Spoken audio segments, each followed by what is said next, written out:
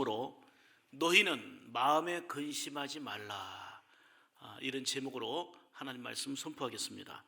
오늘도 오직 예수님입니다.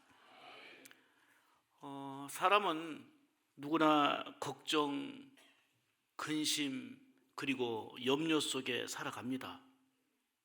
아마 하루에도 수없이 많은 걱정과 염려의 일들이 있을 것입니다.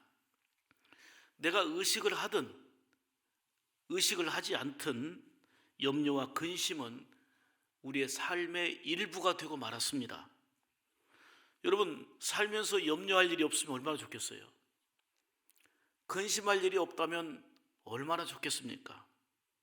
여러분 한번 생각해 보세요. 여러분은 근심할 일, 염려할 일이 없으신지요? 또 염려와 근심의 일들이 있다면 무엇 때문에 염려하게 되고 무엇 때문에 근심하고 계시는지요? 이런 염려와 근심 속에 살아가는 우리 인생들을 향해서 오늘 본문은 우리에게 이렇게 말씀합니다. 너희는 마음에 근심하지 말라. 근심이라는 단어 카스는 분노, 슬픔, 노하다, 번뇌하다 이런 뜻입니다. 그러니까 이 카스, 분노, 슬픔, 노, 번뇌가 반복되어지면 우리의 심령이 무너지는 것입니다. 복잡해지고 힘들어지고 삶이 눌리게 되는 것입니다. 세상에는 참 근심할 일이 많아요. 가정을 보아도 이런 근심 걱정할 일들이 있고, 자녀들의 미래를 보아도 근심할 일들이 참 많이 있고요.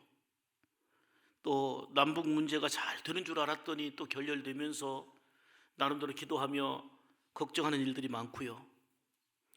이 나라 경제 상황은 계속해서 곤두박질 치고 있다고 하니 참 걱정이고요.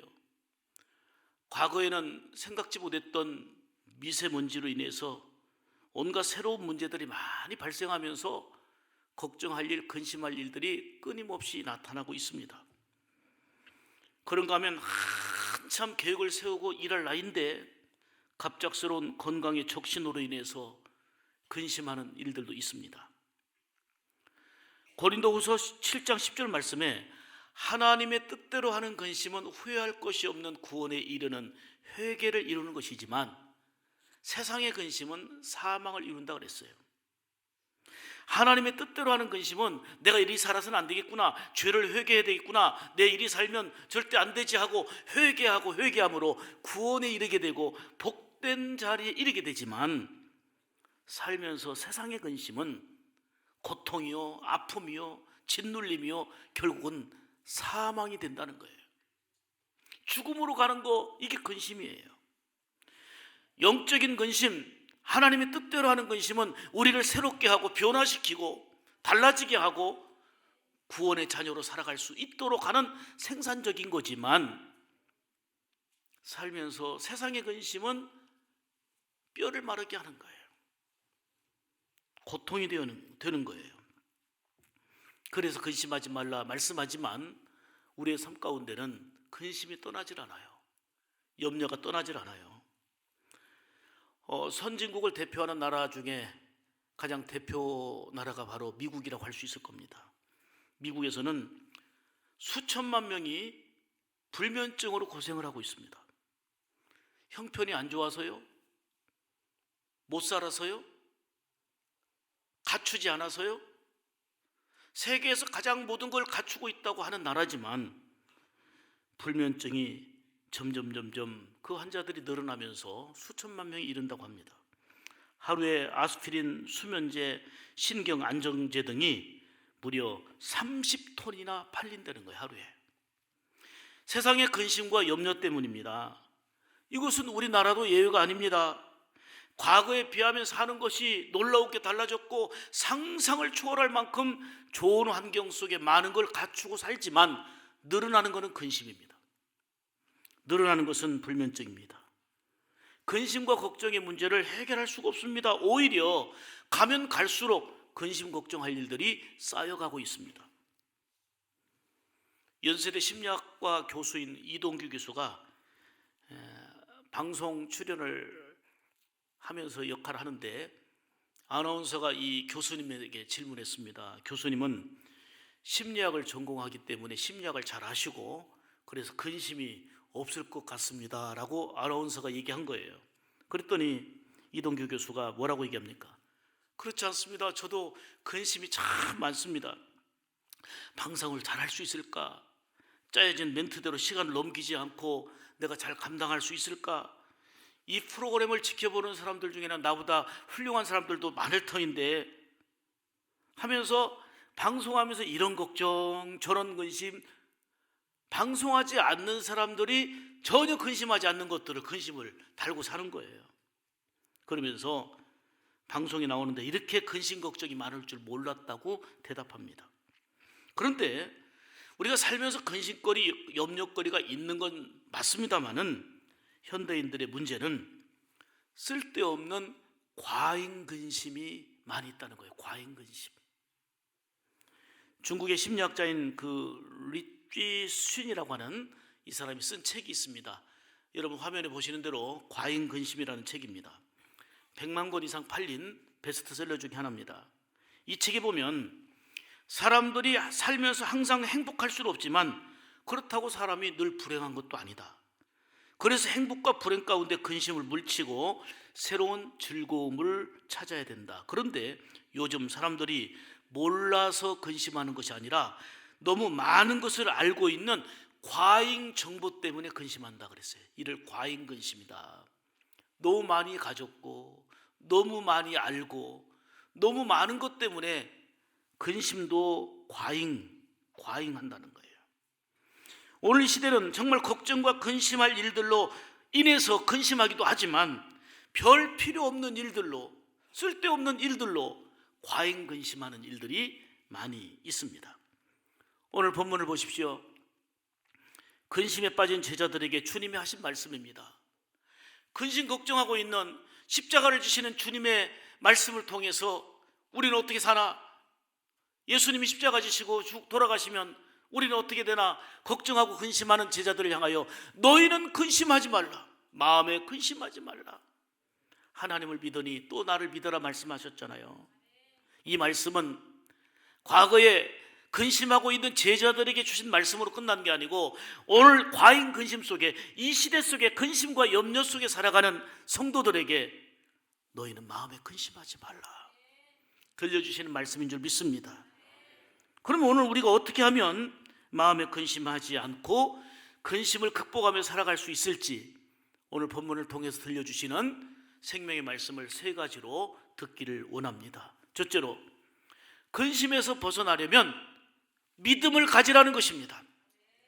왜요? 믿음은 근심을 이기는 힘이에요. 자, 1절 말씀 보겠습니다. 너희는 마음에 근심하지 말라. 하나님을 믿으니 또 나를 믿어라. 믿음 가지라는 거예요. 믿음 가지라는 거예요. 예수님은 십자가에 돌아가실 것을 생각하며 근심하는 제자들에게 마음에 근심하지 말라. 다른 말로 얘기하면 믿음 가져라. 믿음 가져라. 여러분, 믿음이 있으면 근심을 이긴다는 거예요. 믿음이 있으면 염려와 근심을 물리칠 수 있다는 거예요. 이 말을 다른 말로 얘기할게요. 근심하고 걱정하는 제자들에게 하나님을 믿으니 또 나를 믿어라. 나만 믿어.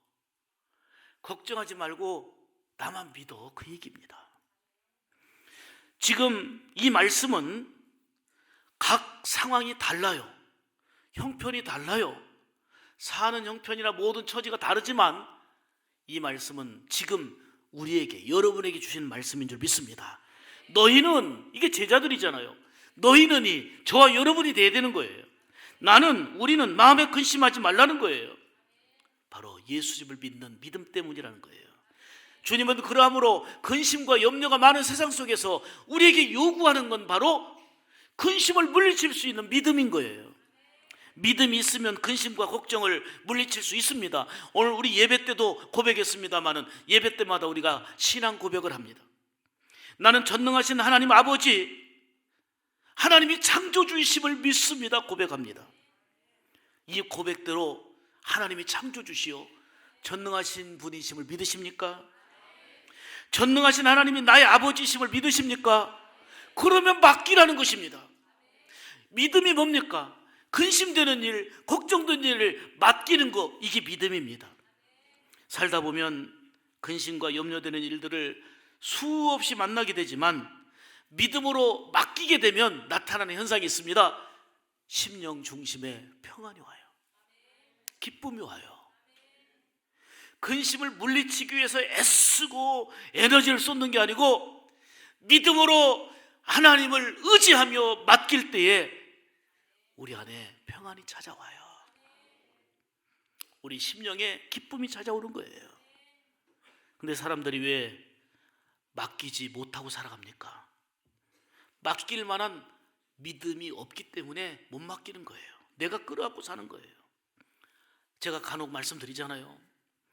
성도들이 성전 안에 들어와서 하나님을 바라봅니다. 하나님을 기대합니다. 하나님을 예배합니다. 하나님께 영광 돌립니다. 그야말로 수고하고 무거운 짐을 다 지고 와서 주님, 내가 이 고통과 아픔이 있습니다. 이거 주님께 맡깁니다. 주님 도와주십시오 하고 맡기고 간구합니다. 또 말씀 속에 은혜도 받습니다. 찬양 부를 때 뜨거운 감격이 있습니다. 이 은혜의 힘으로 평안 주신 그 은총으로 내가 세상을 살아가야지 하고 결단하며 나갑니다. 근데 재밌는 것은 축도만 끝나면 세상으로 나가면서 아까 맡겼던 근심 걱정 도로 찾아갖고 갑니다. 그 집에 가면 여전히 근심, 우리의 삶 가운데 여전히 걱정 속에 살아갑니다. 예배만 끝나면 그 근심 걱정거리 아까 맡겼잖아요, 주세요 하고 도로 찾아갑니다. 그래서 여전히 예배는 드렸지만 주님은 의지한다고 하지만 걱정과 근심 속에 살아가고 있는 반복되는 우리 현실을 봅니다. 결코 믿음의 환경이 성전 안에만 국한되지 않도록 해야 되는 것입니다. 전능하신 주님께 맡기는 믿음으로 내 삶에 처한 자리에서 근심을 이길 수 있는 믿음으로 살아야 된다, 그 말이에요. 그러기 위해서는 믿음을 가져야 되고 맡겨야 되는 거예요. 주님은 우리가 믿음으로 맡긴 것은 반드시 책임져 주십니다. 자, 따라서 합시다. 우리가 맡긴 거, 믿음으로 맡긴 거, 주님은 반드시 책임져 주신다. 아멘. 뭐 성경에 구구절절 나와 있지만 몇 절만 보겠습니다. 시편 37편 5절 말씀에 내 길을 여호와께 뭐하라? 맡기라. 그를 의지하면 그가 이루신다 했어요. 또 시편 55편 22절 보세요. 내 짐을 여호와께 맡기라. 그가 너를 붙드신다 그랬어요. 아멘이지요. 주님이 하신 일을 믿고 또 하실 일을 믿으면 맡기게 됩니다. 맡기면 아직 달라진 거 없는데, 맡기고 하나도 아직 달라진 거 없어요. 그런데 마음에 평안이 와요. 우리 주님이 하실 걸 믿으니까요. 주님께서 열어주실 걸 믿으니까요. 내 마음에 평안이 와요. 그게 바로 믿음을 가진 자가 주어지는, 믿음을 가진 자에게 주어지는 능력이 은혜인 것입니다. 근심을 물리칠 수 있는 힘, 그게 바로 믿음입니다. 믿음은 하나님이 우리와 함께 하시고, 믿음은 매 순간 하나님이 우리를 붙들어 주시고 우리를 친히 인도하시는 하나님을 의지하고 맡기는 거, 그게 믿음이에요. 잠언 16장 3절 말씀에도 너의 행사를 여호와께 뭐하라? 맡기라. 그리하면, 맡기면 네가 경영하는 것이 이루어지리라 그랬어요. 성경은 맡기라, 맡기라, 맡기라. 믿음은 맡기는 거라는 거예요. 한 대학의 심리학과에서 사람들이 뭐 때문에 근심하는가, 뭐 때문에 걱정하는가 하는 거를 이제는 심층 연구 분석을 했습니다. 그래서 발표를 했는데 40%는 현실에서 일어나지 않을 것 갖고 염려 근심을 해요. 지금 일어난 것도 아니고 앞으로도 일어나지 않을 것 갖고 근심하는 게 40%. 그 다음에 30%는 이미 지나간 거, 이미 일어났고 지나가 버린 것 갖고 염려하는 경우가 30%. 그리고 20%는 전혀 근심하지 않아도 될 것 같고 근심하더라는 거예요. 그러니까 40%, 30%, 20%, 90% 이상이 전혀 근심하지 않아도 될 것 같고 근심을 달고 살더라는 거예요. 이러한 우리 인생을 향하여서, 근심과 염려 속에 살아가는 우리 인생을 향하여 성경은 이렇게 말씀합니다. 빌립보서 4장 6절 7절의 말씀입니다. 아무것도 염려하지 말고 다만 모든 일에 기도와 간구로. 자, 염려할 일이 있으면 뭐 하라고요? 기도하라는 거예요. 믿음이 있으니까 기도하는 거지요. 믿음이 있으니까 간구하는 거지요. 아무것도 염려하지 말고 다만 모든 일에 기도와 간구로 너희 구할 것을 감사함으로 하나님께 아뢰라. 그리하면, 그랬어요, 모든 지각이 뛰어난 하나님의 평강이 그리스도 안에서 복잡하고 근심 어린 너희 마음을, 복잡하고 근심 어린 너희 생각을 뭐 하시리라? 지켜주신다는 거예요. 믿으시기를 축복합니다. 예수님이 제자들에게 하신 말씀처럼 너희는 마음에 근심하지 말라, 하나님을 믿으니 또 나를 믿으라 말씀하시면서 근심하고 있는 제자들에게 나만 믿어, 걱정하지 마라, 나만 믿어. 예배하는 여러분들에게, 기도와 간구로 하나님께 의뢰하는 여러분들에게 주님이 친히 들려주시는 나만 믿어, 내가 다 알잖아, 내가 함께 할 거야, 이런 은혜가 있기를 축복합니다. 예수님은 믿는 자에게 평안을 주세요.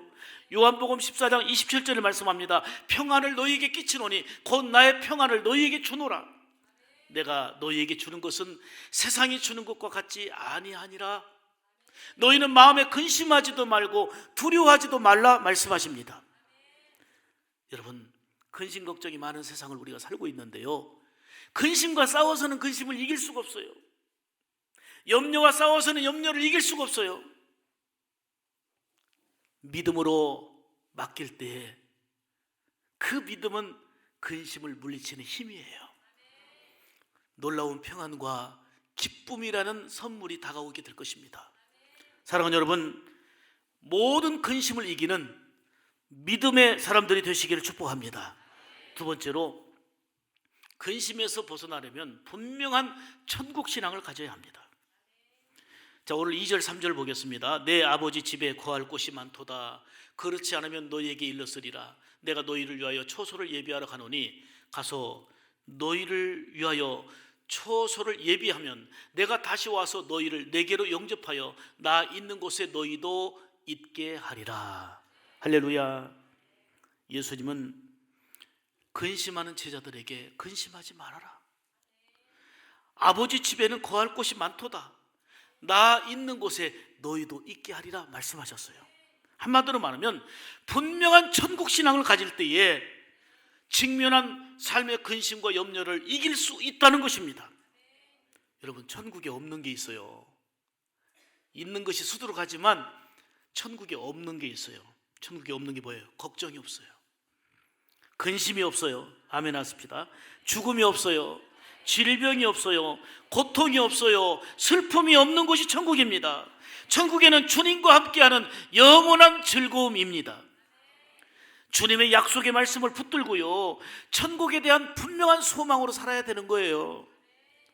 천국의 기쁨과 소망은 나중에 우리가 다 죽어서 천국에 들어가면 그때 누리는 것만이 아니라 지금 근심할 일, 걱정할 일들이 산적해 있지만 분명한 천국 신앙 가지고 예수 그리스도를 붙들고 살아가는 지금이 천국이 되어야 되는 거고요. 지금 내 가정이 천국이 되고 내 환경이 천국이 되어야 될 줄 믿습니다. 남들보다 환경이 좋아서가 아니에요. 남들보다 여건이 좋아서가 아니에요. 주님께 맡기고 의지하면서 주님과 더불어 다스려 주시는 그 은혜를 누리면서 미리 맛보는 천국의 생활이 되어야 될 줄 믿습니다. 그럴 때 기쁨이 있어요. 감사가 있어요. 마음 깊은 곳에서 솟구치는 사랑이 있어요. 그리고 소망으로 넘치게 되는 거예요. 이 시간 축복합니다. 우리 교회와 그리고 여러분의 모든 환경에서 주님이 통치하시는 천국의 기쁨을 누리시기를 축복합니다.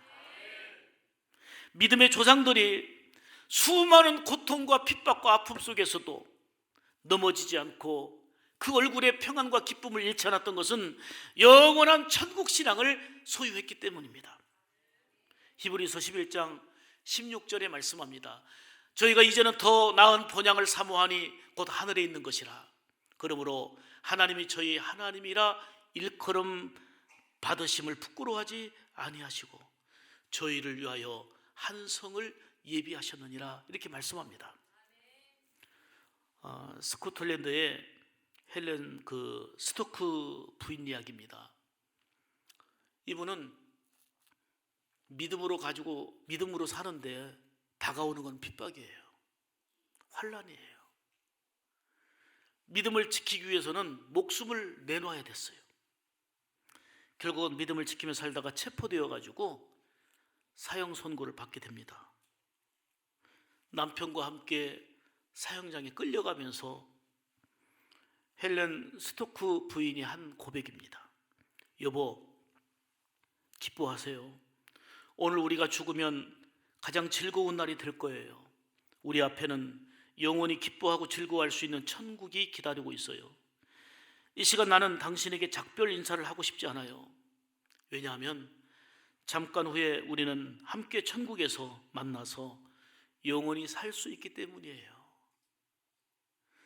이게 옛날 스코틀랜드의 한 여인의 고백으로 끝나서는 안 됩니다. 죽음 앞에서도 평안을 잃지 않을 수 있었던 게 분명한 천국신앙이에요. 확실한 천국신앙은 지금 직면한 그 죽음의 위기까지도 넘어설 수 있는, 극복할 수 있는 힘이 되더라 그 말이에요. 오늘 우리의 문제는 현실이 너무 화려하니까, 너무 넉넉하니까, 너무 풍성하니까 영원한 천국을 사모하지 못하고 있다는 거예요. 마치 현재 이 현실이 이 땅이 천국인 양 천국 신앙이 희미해지고 있다는 거예요. 여러분 보세요. 지금보다 세상이 더 좋아지고 넉넉해지고 풍성해져도 우리 인간이 사는 한 걱정, 근심, 염려할 일은 더 많아지지 줄어들지는 않을 거예요. 분명한 천국 신앙으로 그때그때마다 직면하는 근심을, 걱정을 물리치고 이길 수 있는 그러한 능력이 여러분들에게 있기를 축복합니다. 그렇습니다. 분명한 천국 신앙은 근심과 걱정을 이길 수 있는 힘이 되는 거예요. 오늘 하나님께 맡기는 믿음으로 살면서, 분명한 천국 신앙으로 살면서 수없이 찾아오는 근심과 걱정의 문제들을 극복하고 이겨나가는 여러분들의 삶이 되기를 축복합니다. 세 번째로, 근심에서 벗어나려면 길 되시는 예수님을 따라라 말씀합니다. 자, 6절 말씀입니다. 내가 곧 길이요 진리요 생명이니 나로 말미암지 않고는 아버지께로 올 자가 없느니라 말씀하십니다. 도마가 묻습니다. 하나님 아버지께 갈 수 있는 길이 무엇이냐고 물을 때에 예수님이 내가 길이다 그랬어요. 내가 길이다. 여러분, 왜 사람들이 염려하고 불안합니까? 길이 아닌 곳으로 가니까 그래요. 복된 길, 소망의 길, 영생의 길로 가지 않으니까 불안과 염려를 달고 살 수밖에 없는 거예요. 근심에서 벗어나려면 길 되시는 예수님을 따르면 되는 것입니다. 예수님이 길이 되십니다. 욕심을 따라가다 보니, 욕심길로 가다 보니 근심이 더해져요. 예수 믿는 우리는 길 되신 예수님만 따라가는 삶이 되어야 되는 겁니다. 이것이 죄를 이기는 힘이요 근심과 걱정을 물리칠 수 있는 힘이 되는 줄 믿습니다. 여러분 보세요. 똑같은 환경인데도 내 안에 길, 진리, 생명이신 예수님으로 충만하면 기쁨도 충만, 은혜도 충만해요. 그렇죠? 아니, 오히려 환경은 더 열악하고 힘든데도 불구하고 길 대신 예수님을 따라가며 충만하니까 오히려 영원한 기쁨과 소망을 뺏기지 않고요 감사로 살아갑니다. 그러니까 가장 건강하고 행복한 신앙생활은 길 되시는 예수님을 따르는 생활입니다. 이 시대가 다원화된 시대 아닙니까? 그러니까 다원주의 사상이 얼마나 우리 가운데 파고들고 있습니까? 마치 구원과 영생의 길도 다양한 것처럼 얘기합니다. 서울 가는 목표는 똑같은데 어떤 사람은 비행기 타고 가고 어떤 사람은 배 타고 가고 어떤 사람은 자가용으로 가고 이렇게 가는 길만 틀리지 목적지는 똑같다는 거예요. 그게 다원주의 사상이에요. 그리고 이거저거 섞어가지고 이것도 하고 저것도 하는 혼합주의 사상, 이 다원주의 사상, 혼합주의 사상, 이게 우리의 신앙을 병들게 하는 거예요. 각종 이단과 사이비의 미혹들을 주의해야 되는 거예요. 여러분 보세요. 천국 가는 길은 누가 뭐래도 오직 예수님밖에 없습니다. 사도행전 4장 12절에 말씀합니다. 다른 이로서는 구원받을 수 없나니 천하 인간의 구원 얻을 만한 다른 이름을 우리에게 주신 일이 없느니라. 예수님만이 진리의 길이요 구원의 길 되시는 거예요. 그러므로 길 되신 예수님만 따라가는 이 집중이 우리에게 필요한 겁니다. 여러분 보세요. 그렇게 열심히 살아가고 계획을 세우고 뭔가 참 나름대로 의미 있는 일도 했어도요, 무너지는 건 한순간이고요, 무너지는 것은 어떤 큰 것이 아닌 아주 사소한 거, 별거 아닌 거, 작은 것 때문에 무너져요. 그러므로 이 작은 거, 사소한 것이라고 하는 것도 우리가 정말 잡아내야 돼요. 사소한 근심, 사소한 염려, 이런 것들이 우리의 신앙을 좀먹고요, 우리 영혼을 갉아먹고요, 우리의 삶을 피폐하게 만듭니다. 그래서 작은 일들도 주의해야 되는 거예요. 데일 카네기의 책 근심이여 안녕이라는 책이 있어요. 이 책에 보면 그 콜로라도주에 400년 이상이 된 거목이 있는데, 이 거목 큰 나무가 400여 년 동안요 번개를 14번 맞았어요. 벼락, 번개, 그리고 이루 말할 수 없는 수 없는 눈보라, 눈사태, 폭풍우를 400여 년 동안 딱 버티고 이겨냈습니다. 그런데 이 큰 거목이 쓰러지고 만 거예요. 거목이 쓰러졌어요. 알고 봤더니 쓰러지게 된 이유를 분석해 보니까요, 그 조그마한 딱정벌레들이 그 나무 속을 갉아먹고 파먹어서 이 거목이 버티는 힘을 잃어버린 거예요. 그 오랜 세월에도 시들지 않고 폭풍과 벼락을 견뎌온 이 거목이 손가락으로 눌러서 죽일 수 있는 딱정벌레 떼들 때문에 쓰러진 거예요.